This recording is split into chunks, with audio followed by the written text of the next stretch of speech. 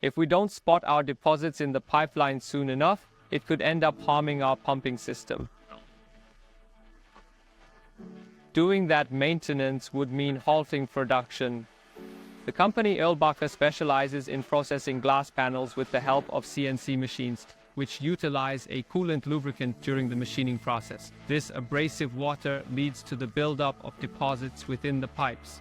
Sometimes big deposits can break off and cause blockages in the pump wheels. I'm Thomas Grundler. I work in quality management at Irlbacher.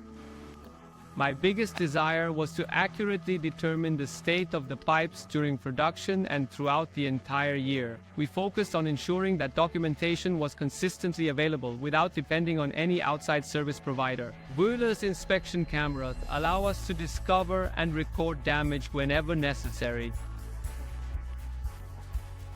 The interchangeable camera heads enable us to examine and assess pipes of all sizes. The Wöhler inspection camera features an additional light attachment that helps illuminate branch pieces clearly, making the subsequent path easier to identify.